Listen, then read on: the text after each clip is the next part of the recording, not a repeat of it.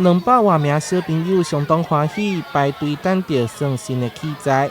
制作塔有8.9米悬，配置3组2.4米、3米以及6.3米悬的磁流炉，是安南区上悬的悠久，就位伫临安公园内底。好玩，但是上面很摇。真好玩，但是就是有时候有点撞到有点痛而已。因为邮具已经检验合格，我们想借由这些小朋友来试玩，来发现是否还有一些还要再改进的地方啦。经过152天，新游戏场改造完成，占地120平，铁资700多万，用里乌米拿杯设计意象，有八架海青树顶游具，3岁到12岁的囡仔拢会当说。当时我就争取在这个公园能够装的这个特色公园，在这个地方，因为小朋友特别多。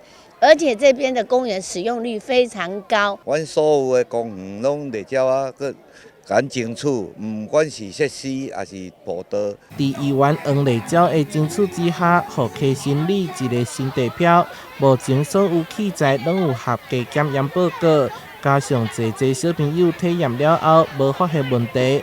只有部分行悬的无适合耍磁流炉，预计等公所整理了后，年后会开放。台南新闻社会采访报道。